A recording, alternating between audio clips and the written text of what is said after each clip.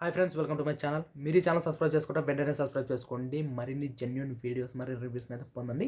అలాగే నా ఎక్స్ప్లెనేషన్ మీకు నచ్చినట్టయితే ఖచ్చితంగా ఒక లైక్ అయితే చేయండి. నేను కోరుకునేది ఒక చిన్న లైక్ మాత్రమే మీ నుంచి. అది కూడా నా వీడియో, నా ఎక్స్ప్లెనేషన్ ఖచ్చితంగా జెన్యూన్గా ఉంది అనిపిస్తే మాత్రమే లైక్ చేయండి. ఈరోజు టాపిక్ వచ్చేసి super star Rajinikanth versus megastar Chiranjeevi గారు, ఎవరు బాక్స్ ఆఫీస్ కింగ్, ఎవరు నెంబర్ 1 హీరో, ఈరోజు అయితే మాట్లాడుకుందాం.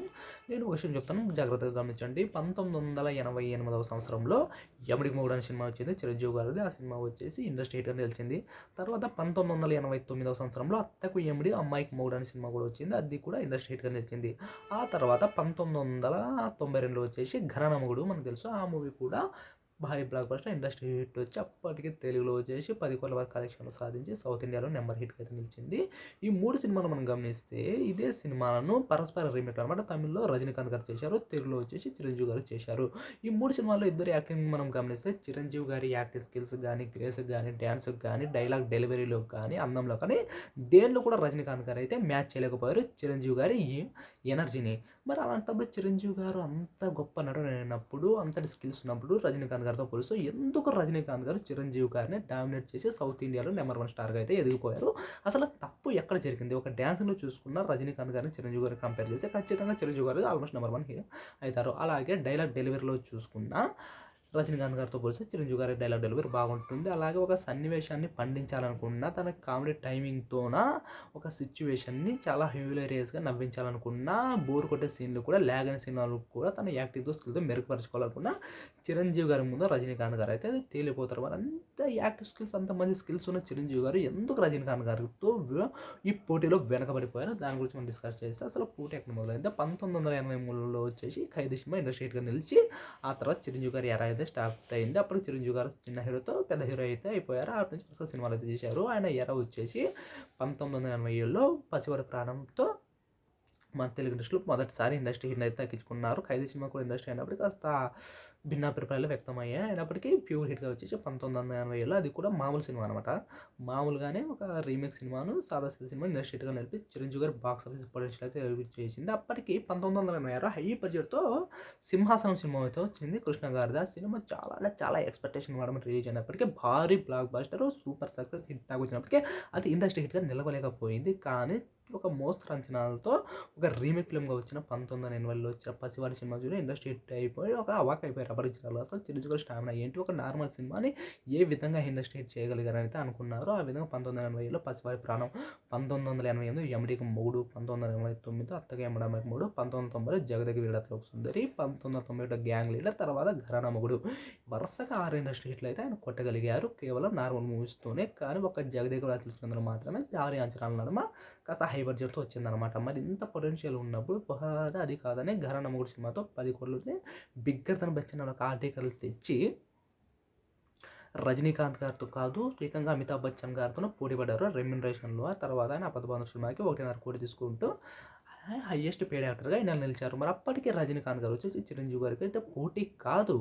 మరి చిరంజీవి గారి యొక్క స్వయాన తప్పిదాల వల్ల రజనీకాంత్ గారు అయితే చిరంజీవి గారిని మించిపోయారు. ఎందుకంటే 1990లో వచ్చి ఘరానా మొగుడు తర్వాత చిరంజీవి గారికి అయితే వరుస ఫ్లాప్లు అయితే వెంటాడే. తర్వాత ఆయన నటించిన ఈ సినిమాలు పెద్దగా అంచనాలు అయితే అందుకోలేకపోయాయి. ముఠా మేస్త్రి, ముగ్గురు మనగాళ్ళు లాంటి సినిమాలు కాస్త ఉన్నంతలో బాగా ఆడాయి. తర్వాత రిచ్ అవుడు భారీ ఫ్లాప్తో చిరంజీవి గారు వచ్చేసి ఆయన కెరీర్ కూడా డోలమాన్లో పడింది. ఇంకా చిరంజీవి గారి కథం అయితే అయిపోయారు అనుకున్నారు. ఇంకా రజనీకాంత్ గారు తమిళ్లో కూడా మంచి సినిమాలతో అయితే దూకుడు పడింది. రజనీకాంత్ గారి కెరీర్లో బాగా వచ్చింది. ఆయన వచ్చేసి అది మణిరత్నం గారి సినిమాలోన దళపతి సినిమా. అప్పటి వరకు మామూలుగా ఉన్న హీరో వచ్చేసి రజనీకాంత్ గారు స్టార్ హీరో అయితే దళపతి అయితే అయిపోయారు. అయినప్పటికీ చిరంజీవి గారితో ఆయన ఇమేజ్ అయితే మించలేదు. చిరంజీవి గారు వచ్చేసి కమల్ హాసన్ గారితో పోలిసిన, రజనీకాంత్తో పోలిన మంచి మార్కెట్ అయితే క్రియేట్ చేయగలుగుతున్నారు అప్పుడు. కానీ అస్సలు తప్పు ఎక్కడ జరిగిందంటే చిరంజీవి గారికి వచ్చేసి జడ్జిమెంట్లో చాలా అంటే చాలా పట్టు ఉంది. అయినప్పటికీ ఆయన కొన్ని సినిమాలు అయితే వదులుకోవడం అయితే జరిగింది. అవి వదులుకున్న చిరంజీవి గారికి వచ్చే నష్టం ఏం లేదు. కానీ ఆయన వదులుకున్న సినిమా అలాంటి సినిమా కాదు. ఆయన వదులుకోవడంతో రజనీకాంత్ కెరీర్కి అది దేదీప్యమానంగా ఉపయోగపడింది, ఒక అజ్రాయుధంలో ఉపయోగపడింది. ఆ సినిమానే 1995లో వచ్చిన భాష సినిమా. భాష సినిమా ఇండస్ట్రీ హిట్గా నిలవడమే కాకుండా ఇండియన్ బాక్స్ ఆఫీస్లో ఒక సంచలనాత్మక ఒక వండర్స్ అయితే క్రియేట్ చేసింది. అప్పటి వరకు ఫ్లాష్ బ్యాక్ లేని ఒక ట్రెండ్ అయితే క్రియేట్ చేసుకుంది. అది సాధించిన విజయం అయితే అంతా ఇంత కాదు. కానీ భాష సినిమా వచ్చేసి ముందుగా చిరంజీవి గారికి అయితే వినిపించడం కథ అయితే జరిగిందంట. బట్ చిరంజీవి గారు ఆ సినిమా స్టోరీ విని నచ్చినప్పటికీ ఏం చేశారంటే అదే బ్యాక్‌డ్రాప్‌లో అదే మాఫియా బ్యాక్‌డ్రాప్‌లో ఆయన వచ్చేసి 'బిగ్ బాస్' అనే సినిమా చేయడం అయితే జరిగింది. సో, ఈ 2 సినిమా కథలు వచ్చేసి సిమిలర్‌గా ఉండడంతో ఆ సినిమా అయితే రీమేక్ చేయడం అయితే జరిగింది. సినిమా స్టోరీని అయితే వదులుకోవడం అయితే జరిగింది. సో, ఆ విధంగా వదులుకోవడంతో ఆ స్టోరీ వచ్చేసి రజనీకాంత్ గారికి వెళ్ళడం జరిగింది. రజనీకాంత్ గారు చేయడం సూపర్ హిట్ అవ్వడం. ఆ తర్వాత అది కూడా తెలుగులో డబ్బింగ్ అయితే చేయాలనుకున్నారు. రీమేక్ అయితే చేయాలనుకున్నారు. బట్ అది ఇంతవరకు దాన్ని తెలుగులో డబ్బింగ్ కూడా చేయాలి. ఇక్కడ కూడా సూపర్ డూపర్ హిట్ అయ్యి రజనీకాంత్ గారికి మొదటిసారి తెలుగులో వచ్చేసి మార్కెట్ అయితే క్రియేట్ చేసింది. 'భాష' సినిమా అప్పటి వరకు రజనీకాంత్ గారు మంచి హీరో అయినప్పటికీ సాలిడ్‌గా మార్కెట్ అయితే లేదు. కేవలం 'భాష' సినిమాతో ఆయనకు వచ్చేసి స్టార్ ఇమేజ్ అయితే వచ్చింది. ఆ తర్వాత 1995లోనే 'ముత్తు' సినిమాతో ఇంకొకసారి ఇండస్ట్రీ రికార్డును బద్దలు కొట్టారు రజనీకాంత్ గారు. ఆ 2 సినిమాల్లో రజనీకాంత్ గారు అటు తెలుగుతో పాటు తమిళంతో పాటు టోటల్‌గా సౌత్‌లోనే నయా సూపర్ స్టార్‌గా అయితే మారిపోయారు. ఇంక అప్పటికి చిరంజీవి గారికి అయితే వరుస ఫ్లాప్‌లు అయితే వెంటాడాయి. ఆ తర్వాత 1996 హిట్లర్ సినిమాతో కంబ్యాక్ అయ్యారు. కానీ తర్వాత 'బావగారు బాగున్నారు చూడాలనే' సినిమాతో ఆయన కూడా మంచి విజయం అయితే సాధించారు. కానీ ఆయనైతే కేవలం అప్పటికి ఫ్లాప్‌లు రావడంతో కేవలం తెలుగు మార్కెట్‌లోనే ఆయనైతే టార్గెట్ అయితే చేయడం జరిగింది. తమిళ్ ఇండస్ట్రీలో ఆయన పెద్దగా ఫోకస్ అయితే చేయలేకపోయారు. అది కాక తమిళంలో వచ్చేసి మన తెలుగు హీరోలకు పెద్ద చిన్న చూపు చూసారు కాబట్టి కేవలం అక్కడ లోకల్ హీరోకే వాళ్ళు ఎక్కువ ప్రెస్టీజ్ ఒక వాల్యూ ఇస్తారు, ఇంపార్టెన్స్ ఇస్తారు కాబట్టి ఇంకా చిరంజీవి గారు కూడా పెద్దగా అక్కడైతే ఫోకస్ చేయలేకపోయింది.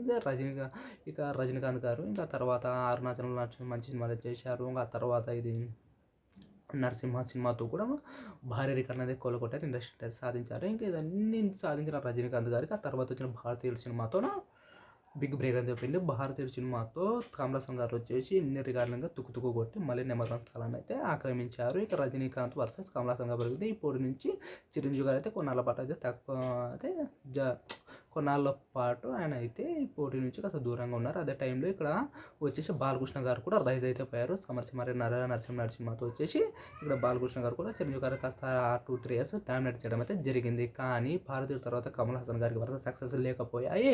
ఆ తర్వాత నరసింహ తర్వాత రజనీకాంత్ కూడా సక్సెస్ లేదు.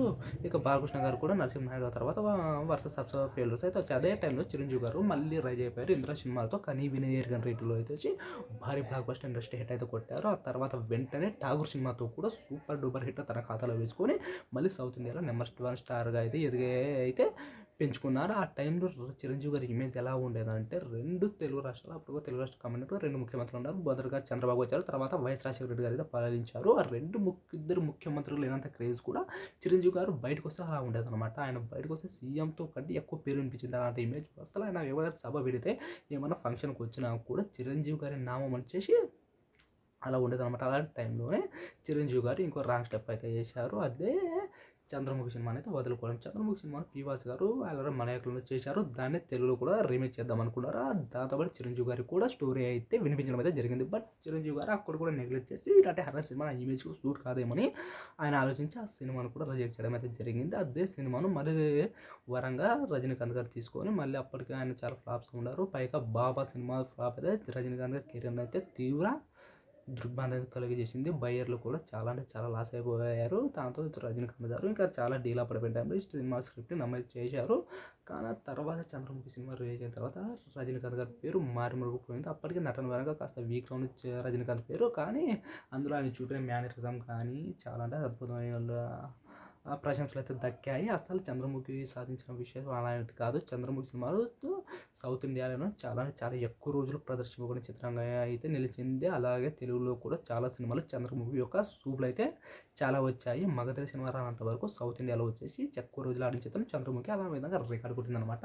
ఆ విధంగా చిరంజీవి గారు మంచి ఒక సువర్ణ అవకాశం అయితే రజనీకాంత్ గారికి ఇచ్చారని చెప్పవచ్చు. ఒకవేళ 'చంద్రముఖి' చిరంజీవి గారు తీసింటే అది హిట్ అయితే ఫ్లాప్ అయితే తెలియదు. ఒకవేళ ఆయన చేసిన రజనీకాంత్కి హిట్ దొరకకపోతే సౌత్ ఇండియాలో మళ్ళీ చిరంజీవి గారు నెంబర్ 1 అయితే అయ్యిండారు. కానీ అలాంటి హిట్ అయితే ఆయన అయితే కోల్పోయారు. ఆ తర్వాత 'శంకర్బాబు ఎంబీబీఎస్' లాంటి సినిమా చేసిన 'స్టాలిన్' లాంటి సినిమా చేసినప్పటికీ ఆయన కేవలం తెలుగులోనే అవి విజయాన్ని సాధించాయి. సౌత్ ఇండియాలో పెద్దగా అవి అయితే ప్రభావం అయితే చూపలేకపోయాయి. సో ఆ తర్వాత రజనీకాంత్ మళ్ళీ 'శివాజీ', 'రోబో' సినిమాలతో అయితే మళ్ళీ సంచలన విజయాలు సాధించి ఆయన సూపర్ స్టార్ నామాన్ని అయితే సార్థకం అయితే చేసుకున్నారు. ఇక చిరంజీవి గారు మధ్యలో రాజకీయాలకు వెళ్ళిపోవడంతో ఇక అప్పటికైతే ఆ పోటీ అయితే మిగిలిపోయింది. ఇక మిగిలిన కమల్ హాసన్ గారు కూడా 'భారతీయుడు' తర్వాత అలాంటి సక్సెస్ని అయితే ఇంతవరకు అయితే చూడలేకపోయారు. సో ఈ విధంగా చిరంజీవి గారు తన స్వీయ తప్పిదాల వలన అయితే అప్పట్లోన భాష సినిమా వదులుకోవడం, ఆ తర్వాత చంద్రముఖి సినిమాను వదులుకోవడంతో ఆయన నెంబర్ 1 అయితే సౌత్ ఇండియాలో నెంబర్ 1 పొజిషన్ అయితే కాస్త కోల్పోయారని చెప్పవచ్చు. ఆ తర్వాత ఆయన చాలా కాలం పాటు రీఎంట్రీ ఇచ్చారు. రజనీకాంత్ గారు రోబో తర్వాత సరైన సక్సెస్ అయితే సాధించలేకపోయారు చాలా కాలం పాటు. కానీ చిరంజీవి గారు రీఎంట్రీ ఇవ్వడమే ఖైదీ నెంబర్ 150తోన ఒక భారీ బ్లాక్ బస్టర్ను తెచ్చుకుని అప్పటి వరకు సీనియర్ హీరోలు ఎవరు 100 కోట్ల షేర్ అయితే కొట్టలేకపోయారు. కానీ చిరంజీవి గారు ఆ సినిమా అయితే 100 కోట్ల షేర్ కొట్టి చూపించి బాస్ ఇస్ బ్యాక్ అనే సూపర్ హిట్ కంబ్యాక్ అయితే ఇచ్చారు. ఆ తర్వాత సైరా నరసింహారెడ్డి గారు కూడా చేశారు. అది కూడా మంచి విధంగా అయితే సాధించింది.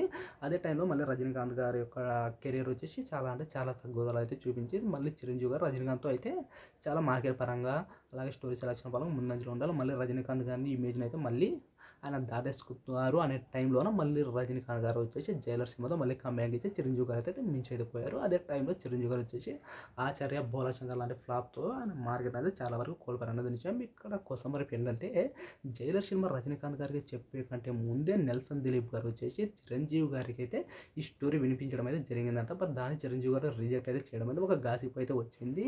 అదైతే నేను ఖచ్చితమైన ఎవిడెన్స్ అయితే నాకైతే ఎక్కడ కనపడలేదు. బట్ దాంతో నేను ఈ విషయాన్ని ఖచ్చితంగా ఇది జరిగిందని అయితే చెప్పలేను. ఇది జైలర్ సినిమా రజనీకాంత్ గారు చేయాల్సింది చిరంజీవి గారే చేయాల్సింది రజనీకాంత్ చేసినని ఖచ్చితంగా చెప్పలేను. ఎందుకంటే నాకు ఎవిడెన్స్ అయితే దొరకలేదు కాబట్టి ఈ విషయాన్ని అయితే నేను గ్యారెంటీగా చెప్పలేను. కానీ భాషా సినిమాను చంద్రముఖి సినిమాను ఖచ్చితంగా రజనీకాంత్ గారు చిరంజీవి గారు వదిలేస్తేనే చేశానన్నది మాత్రం ఖచ్చితంగా అయితే నేను చెప్పగలను. సో ఈ విధంగా చిరంజీవి గారు ఎంత గొప్ప డ్యాన్సర్ అయినప్పటికీ, ఎంత గొప్ప నటుడు అయినప్పటికీ, ఎంత మంచి కామెడీ టైమింగ్ ఉన్నప్పటికీ రజనీకాంత్ గారు కలిసి 3 విషయాలు చాలా అంటే చాలా ముందంజలో చిరంజీవి గారు ఉన్నప్పటికీ కాస్త భాష విషయం చంద్రముఖి లాంటి సినిమాలు ఆయన తప్పిదం వలన వదులుకోవాల్సి రావడంతో అవి కూడా లక్కీగా రజనీకాంత్ గారు చేరి ఆయన ఇమేజ్ను చిరంజీవి గారి కంటే ఎక్కువ పెంచుకున్నారు అన్నది మాట అయితే వాస్తవం ఫ్రెండ్స్. ఈ విధంగా అయితే ఖచ్చితంగా చెప్పగలను. బట్ దీనిపై మీరు మీ కామెంట్ ఏం చెప్పుకుంటారో, మీ యొక్క ఒపీనియన్ ఏంటో కామెంట్ సెక్షన్లో తెలియజేయండి. అలాగే నా ఎక్స్ప్లెనేషన్ కరెక్ట్ అనిపిస్తుంది మీరు ఖచ్చితంగా ఈ వీడియోకి వచ్చేసి ఒక లైక్ అయితే చేయండి. మీకు మరిన్ని వీడియోలు ఇలాంటివి కావాలన్నప్పుడు ఖచ్చితంగా నా ఛానల్ అయితే సబ్స్క్రైబ్ చేసుకోండి. మీరు సబ్స్క్రైబ్ చేసుకోండి. ఇలాంటి వీడియోలు వచ్చేసి నేను ఖచ్చితంగా చాలా మంచివి అయితే మీకు ఇవ్వగలుగుతాను. Please subscribe.